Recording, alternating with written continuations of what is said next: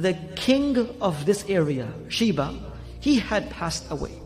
When the king passed away, he had left back of no son as a lineage to continue his kingdom. And the only person that he left behind was a girl who was amongst the children of this king.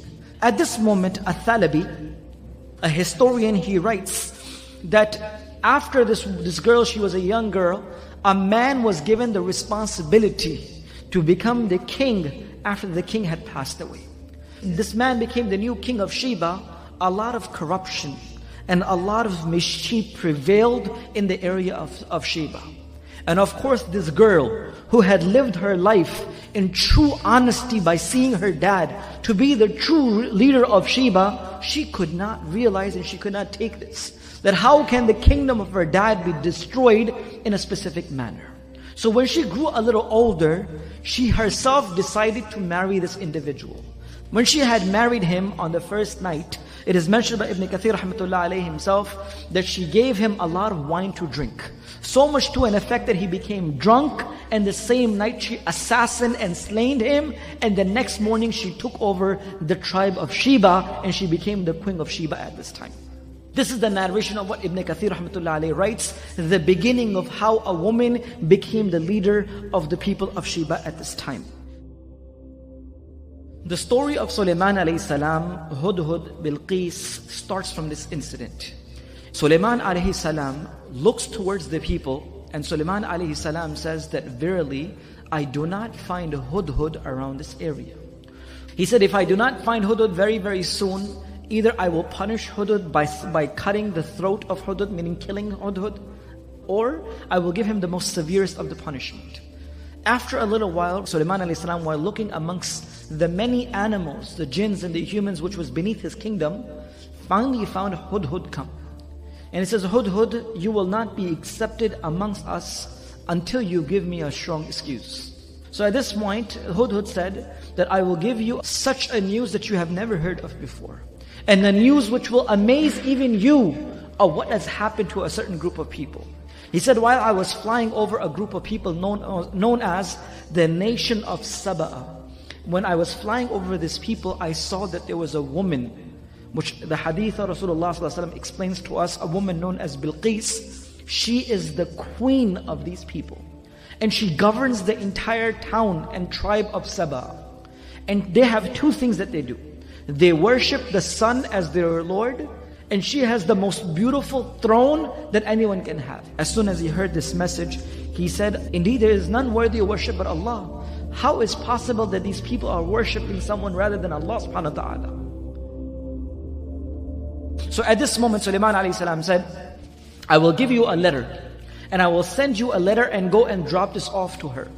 And let's see what they say to us. By mentioning that indeed this letter is from Sulaiman, the Nabi of Allah, towards the woman which is Bilqis, the queen of Saba. And he writes with the name of Allah, Bismillahir Rahmanir Rahim. I begin with the name of Allah subhanahu wa ta'ala. And the entire letter of Sulaiman alayhi salam was sent. When this letter was sent towards Bilqis, Hudhud went and he dropped it off. When she found this letter, when she received this, she did not make a decision herself. She consulted with all the chieftains, all the chiefs of her kingdom. She gathered them together. And she says, I will not make a decision until I take each and every of your opinion. Because I am the one who don't make decision until you approve of it. So as soon as she recited this letter from Sulaiman alayhi salam towards them, the chief said, O the queen, we have strength, we have power. We have ability and forces to destroy this person. Why don't you give us a chance? The queen of Saba, known as the queen of Shibe, Bilqis, she was a very intelligent and a smart woman. She says that I have noticed that when kings take over other nations, they destroy their families and generations to come. And the most honorable people amongst them become the most disgraceful. So I don't want to take a chance. Give me another opinion. So then she thought of an idea to send some gifts to Sulaiman alayhi salam. That if he is only a person looking to take over countries and places to become a king, then he would accept my gift. He would accept my hadiyah and he will close his mouth. I can just bribe him off with the wealth and he will become quiet. The chieftains took these gifts and went to Sulaiman alayhi salam. As soon as these gifts were presented, Sulaiman alayhi salam looked at them and says, whatever you have brought to me, Allah has given me much more than this. You have not come to the right person. I am not a person who will get, just by bringing these gifts, I will not be bought by these gifts. Go back to them and verily tell your queen, if she does not accept our word, then we will come in such a force that nothing of the nation of Shibe will be left.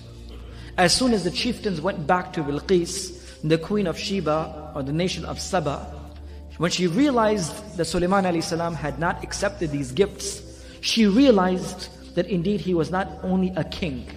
Because he is the Nabi, or he is a true person, that's why he has not accepted any of the monetary gifts. Sulaiman alayhi salam invited Bilqis to come and visit this kingdom and see what is going on with what Allah has given. So as soon as she decided to come towards Sulaiman alayhi salam, when they received the news of Bilqis coming towards Sulaiman alayhi salam, towards this area which was known as Bayt al-Maqdis or Jerusalem at the time, it is mentioned that Sulaiman alayhi salam was sitting within his companions. Many jinns and many people and humans and birds and all different creations were sitting beneath the kingdom of Sulaiman alayhi salam. So Sulaiman alayhi salam asked, which amongst you is a person which can bring me the throne of Bilqis before she comes to me? One of the biggest of the jinns which were present in the gathering of Sulaiman alayhi salam got up. And he says, indeed, I will fulfill this task. And how fast can you bring it, Ifrit? He said, I will bring it before you get up from this gathering finishes. The throne of Bilqis will be in front of you. Sulaiman alayhi salam says, this is too long for me. And then he said, who else is present here? There was a person whom with Allah had given the ilm of kitab. A person on the other side who Allah had granted knowledge and ilm. He said, I will bring this before the closing and the opening of your eyes. I will bring it in such a pace that before you notice again, the throne of Bilqis will be with you. As soon as the order was given towards this individual, the throne of Bilqis was brought towards Sulaiman alayhi salam. And Sulaiman alayhi salam ordered the jinns and the humans present in his kingdom to make the changes in the throne that she cannot distinguish it right away. So when she came within the kingdom of Sulaiman alayhi salam and she noticed the throne, and she knew that there was no throne like the throne of hers, she says, is this really mine? And how can it be? And it can travel before me, and such a big throne can come towards you. So at this moment she was amazed by this. But still, subhanallah, hidayat is in the hands of Allah subhanahu wa ta'ala. Hidayat and the truth still did not click in her mind. She did not still believe in Allah. She saw her own throne in front of her eyes, which came before she even came. But she still did not accept. Is this really mine? It looks like mine. Sulaiman alayhi salam says, indeed it is yours. And she was surprised and stunned by this action, and she knew that indeed this person had given much more than what we were expecting. The ayat of the Quran continues, in which Sulaiman alayhi salam invites her to come within the palace that Allah subhanahu wa ta'ala had given Sulaiman alayhi salam. When she entered inside the palace, there was a floor which was made with glass, and beneath the glass was water and fishes. So as soon as Bilqis was about to step upon this, she picked up her clothing so her clothing does not become wet when she puts her feet inside. When she places her feet on this floor, she realizes that this is not water, but indeed this is the glass. Her ankles showed because of her lifting her clothing not to become wet from the water.